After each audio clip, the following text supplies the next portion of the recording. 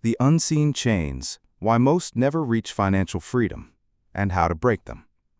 Why do most people never achieve financial freedom in their lives?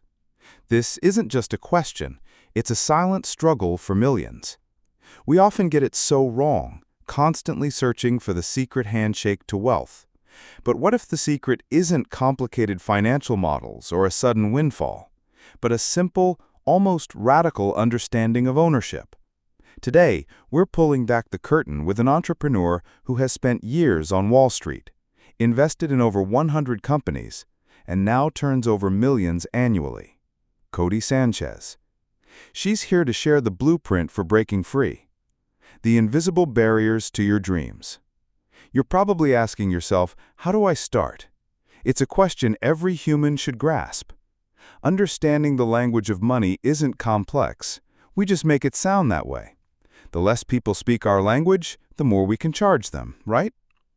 Yet, for the first time in 25 years, the richest 1% are poised to control more than half of the world's wealth. The gap is widening, and it's why only 1 in 10 people dies wealthy. If you understand this language, you become an expert, and expertise leads to serious cash. But what truly holds us back? It's often the people closest to us. Your loved ones, with the best intentions, want you safe, secure, and okay. Cody shares how her own incredibly supportive family would constantly ask, "Is the grass always greener, Cody?" We've become a generation of vitamin D deficient, alternative milk drinking softies, too scared to leap. Cody found herself in a job she shouldn't have been in, with a guy she shouldn't have been with, in a place she shouldn't have lived.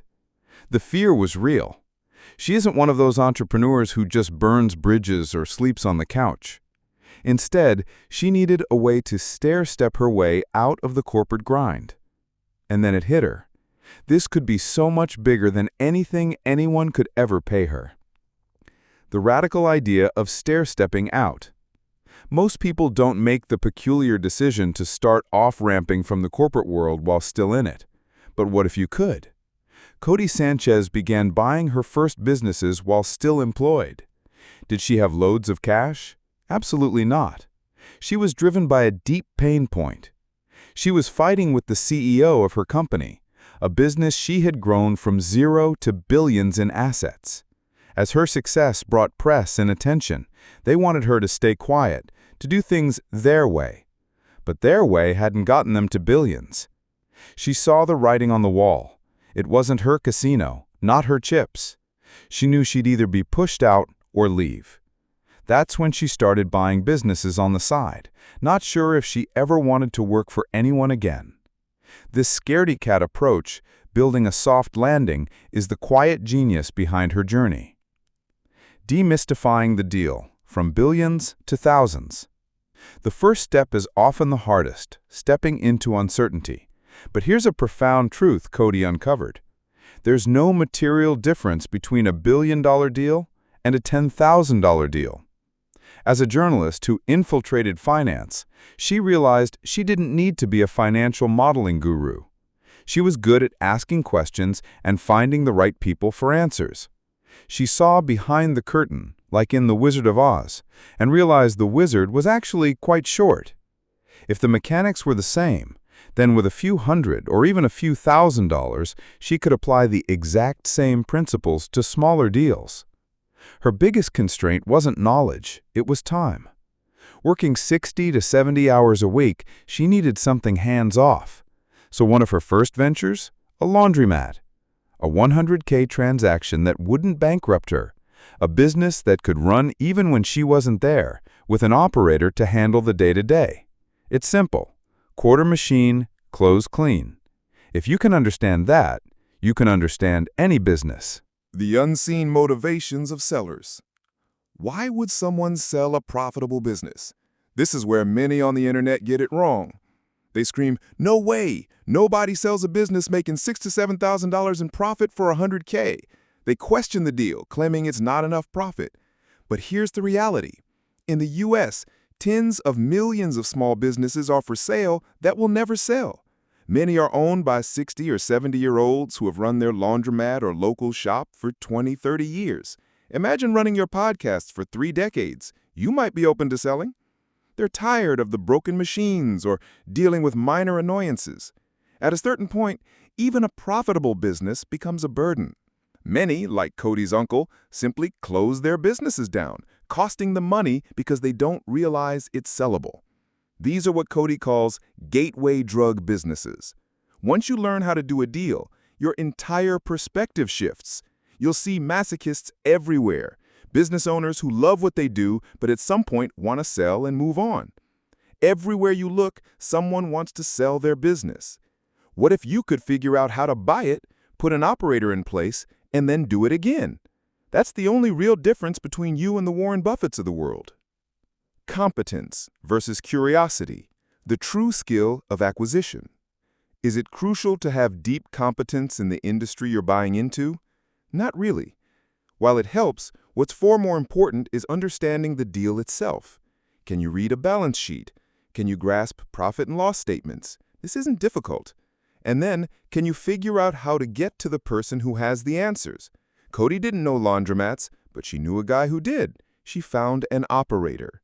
In this day and age, information is shockingly easy to get.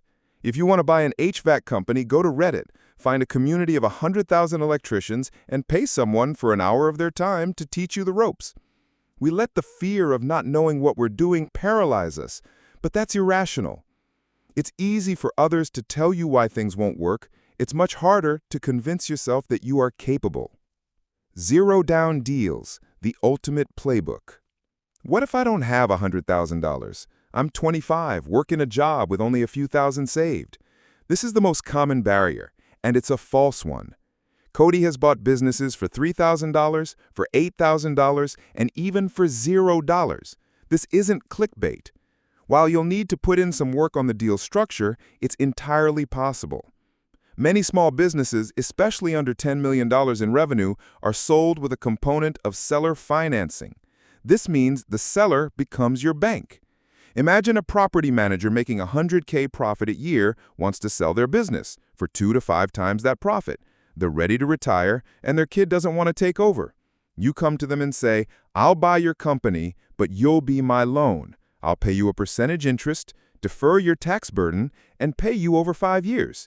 You keep a percentage of the profits, and the rest goes to them." It's not complex. It's how real estate was bought and sold before Zillow normalized everything. The real key is knowing the art of the possible in structuring deals so that everyone wins. The art of discovery, not salesmanship. When you're approaching a business owner, how important is persuasion and salesmanship? Cody believes sales is a fallacy.